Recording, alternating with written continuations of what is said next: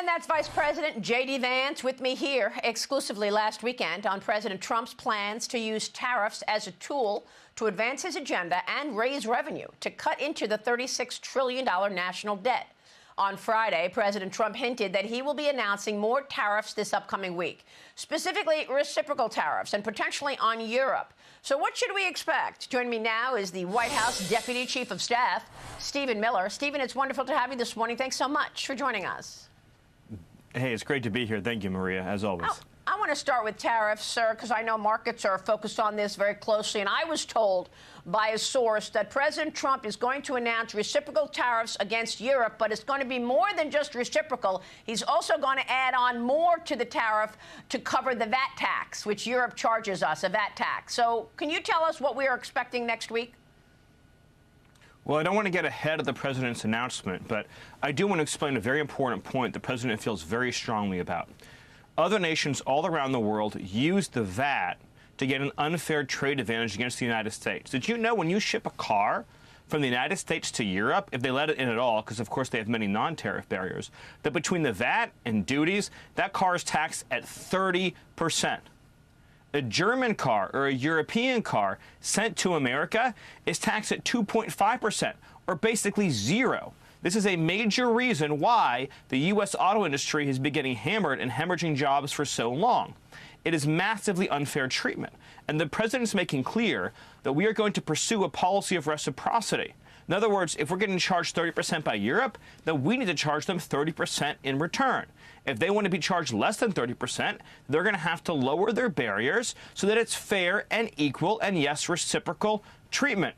Here's another area where Europe is engaging in predatory practices. They are fining our tech companies billions and billions of dollars. These are revenues and jobs that should be here in the United States. Tech companies are subject to digital taxes, censorship, and onerous financial penalties that are tens of billions of dollars every single year. Obviously, that has to go into the reciprocal treatment as well. You cannot have a situation where our country, our auto companies, our tech companies are just a piggy bank for Europe. Enough is enough. The president is going to insist on fair treatment. He's going to insist on equal treatment, and he's going to defend American businesses and American enterprise. Well, we have a deficit with the Eurozone, so it sounds like next week we're going to hear a correction by President Trump instituting a tariff plus on the Eurozone. That means a reciprocal tariff plus a VAT tax. He's going to put forward a plan. Again, I don't want to get ahead of his announcement in terms of timetables and deadlines and everything else. He's going to put forward a plan, and he's going to work together with the Secretary of Commerce, the Secretary of the Treasury, the U.S. Trade Office, and they're going to implement that plan in due course. So, again, I don't want to get ahead of the president, but at a principle level, I want to be clear that what President Trump is saying is other countries around the world cannot charge us 20% or 30%, or in the case of some countries, 100%, and then we charge them nothing. It is bankrupting our industry. It is driving up our deficit. It is stealing our jobs. For 4 years under Joe Biden, this was done to us. We were robbed blind. The trade deficit soared ever higher. President Trump is coming in and he's saying we are not going to let our country and our companies be taken advantage of anymore. It's a new day and there is a new president. Also bankrupting us is all of this wasteful spending, outrageous spending coming out of USAID. And I know that movement continues throughout government. What do you want to say about all of this spending and the efforts by some of these liberal judges to stop President Trump from allowing Elon Musk access to these issues? So, as you're aware, a radical left judge said that the Secretary of the Treasury cannot access the Treasury computer system. This isn't just unconstitutional. That ruling is an assault on the very idea of democracy itself. What we continue to see here is the idea that rogue bureaucrats who are elected by no one, who answer to no one, who have lifetime tenure jobs, who we would be told can never be fired, which of course is not true, that the power has been cemented and accumulated for years, whether it be with the Treasury bureaucrats or the FBI bureaucrats or the CIA bureaucrats or the USAID bureaucrats, with this unelected shadow force that is running our government and running our country.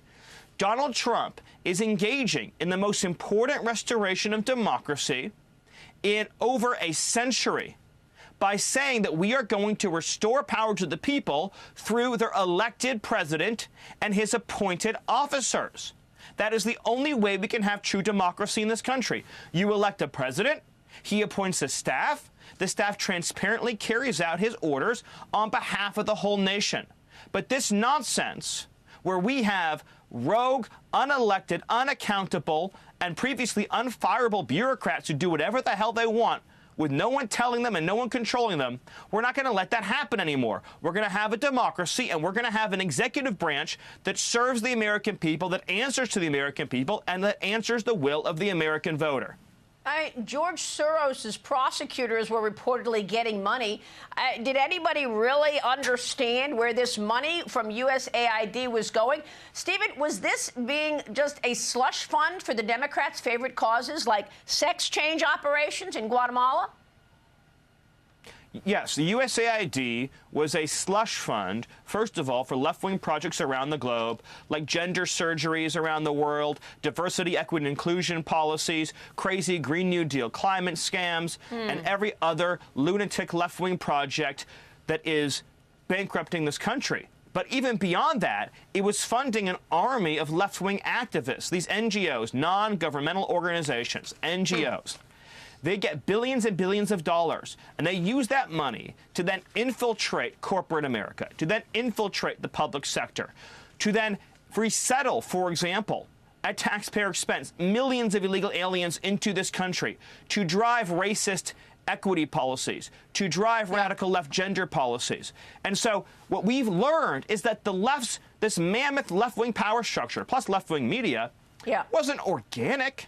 It wasn't created naturally. It was funded by taxpayer dollars. And that is why they are screaming and screeching so loud now, is because President Trump is cutting off the slush fund to the organizations that hate and hurt America. And he's also cutting out the people who are getting these intelligence briefings, who may not should not be able to get these intelligence briefings. The president revealing more people that he's revoking national security clearances and intelligence briefing, including Joe Biden, including the 51 spies who lied, including perhaps Anthony Blinken and Jake Sullivan. Of course, Jake Sullivan, one of the mouthpieces of the Russia collusion hoax so many years ago. Your reaction? Yeah, this is part and parcel of the same issue. People leave government. They are now private citizens, but they continue to have access to sensitive secrets, and then they use that access in conjunction and partnership with the bureaucracy to weaponize intelligence against American people and against political enemies. And President Trump is saying, no, that stops. Drain the swamp isn't just a talking point. It is a mandate. For 4 years, this issue between 2020 and 2024 was endlessly litigated before the American people about weaponized justice, about weaponized intelligence, about weaponized bureaucracy. And the American people elected Donald Trump, and they said, shut it all down. Shut down the weaponization, shut down the abuse of our intelligence system, shut down this entire system that crushes our rights and freedoms at the expense of a privileged few. And that is what he is doing. He is following through on the mandate that the American people gave him to say that our intelligence system and our law enforcement system are not going to be partisan weapons and partisan tools anymore. They're going to be used to keep America safe, to keep terrorists and illegal aliens from hurting our citizens, and they're going to be used to protect the American Republic, and that's what's happening, Maria. Stephen, it's great to talk with you. Thanks for your leadership. Deputy Chief of Staff Stephen Miller. Thank you, sir.